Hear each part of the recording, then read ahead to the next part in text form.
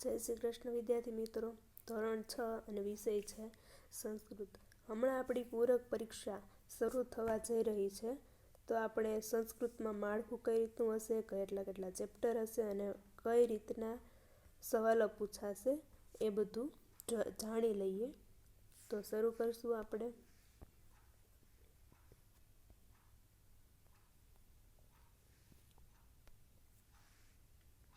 જોઈએ.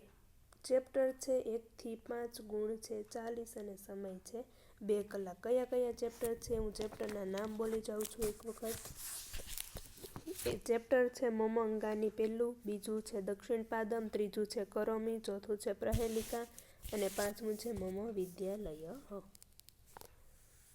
તો જોઈએ માળખું કઈ રીતનું રહેશે. પ્રશ્ન 1 છે, નીચે આપેલા વિકલ્પમાંથી યોગ્ય વિકલ્પ પસંદ કરીને લખો. એના કુલ કેટલા ગુણ છે? 8. એટલે 8 વિકલ્પો પૂછશે તમને. ત્યાર પછી છે પ્રશ્ન 2a, નીચે આપેલા ગદ્ય ખંડોનું ગુજરાતીમાં ભાષાંતર કરો. કેટલા ગુણ છે? 4. ગદ્ય ખંડો, એક પેરેગ્રાફ આપેલા હશે, 2 પેરેગ્રાફ હશે અને બેના એક બે ગુણ, એટલે કુલ કેટલા ગુણ? 4. અને કેટલા ગદ્ય ખંડો પૂછાશે? 2. ત્યાર પછી છે પ્રશ્ન 2b, ખાલી જગ્યા પૂરો. કેટલી ખાલી જગ્યા હશે? 4 ગુણ છે એટલે 4 ખાલી જગ્યા હશે. ત્યાર પછી પ્રશ્ન 3, નીચે આપેલા શ્લોકોનું ગુજરાતીમાં ભાષાંતર કરો. અહીંયા ગદ્ય ખંડ હતો, હવે શ્લોકનું ગુજરાતીમાં ભાષાંતર કરવાનું છે. 4 ગુણ છે એટલે 2 શ્લોકો પૂછાશે, બંનેના 2 ગુણ. ત્યાર પછી છે પ્રશ્ન 3b, આપેલા વિધાનો ખરા છે કે ખોટા તે લખો અને કેટલા ગુણ છે? 4. વિધાનો ખરા ખોટા છે તે લખો. ઓકે, ખરા ખોટા પૂછાશે. ત્યાર પછી છે પ્રશ્ન 4, નીચે આપેલા પ્રશ્નોના સંસ્કૃતમાં ઉત્તર આપો. ગુણ છે 2 એટલે 2 સવાલ પૂછાશે. તમારે સવાલ પણ સંસ્કૃતમાં આપેલો હશે અને એનો જવાબ પણ સંસ્કૃતમાં લખવાનો રહેશે.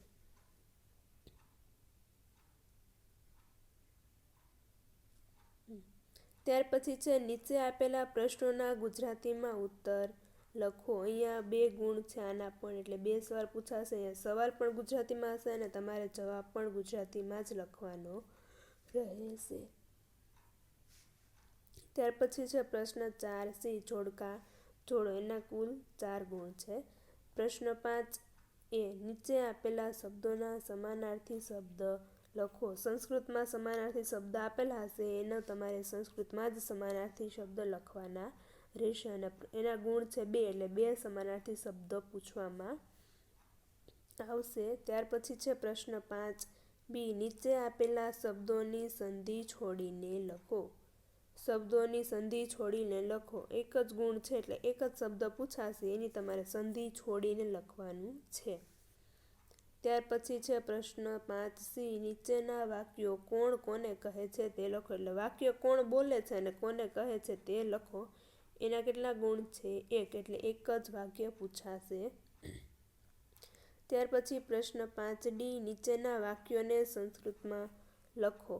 વાક્ય ગુજરાતીમાં આપેલા હશે, એનું તમારે સંસ્કૃતમાં ટ્રાન્સલેટ કરવાનું રહેશે.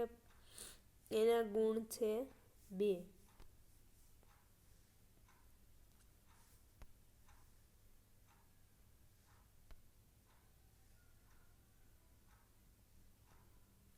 એટલે 2 વાક્યો હશે. અને પ્રશ્ન 5e, નીચે આપેલ શ્લોક પૂર્ણ કરો. એના કેટલા ગુણ છે? 2.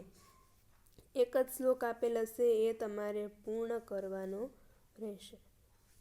અહીંયા માળખાની રીત પૂરી થાય છે. ફરીથી એક વખત કહી દઉં. ચેપ્ટર કેટલા છે? 1 થી 5, 40 ગુણ છે અને સમય છે 2 કલાક. ઓકે, ઓલ ધ બેસ્ટ બધાને એક્ઝામ માટે. જય શ્રી કૃષ્ણ.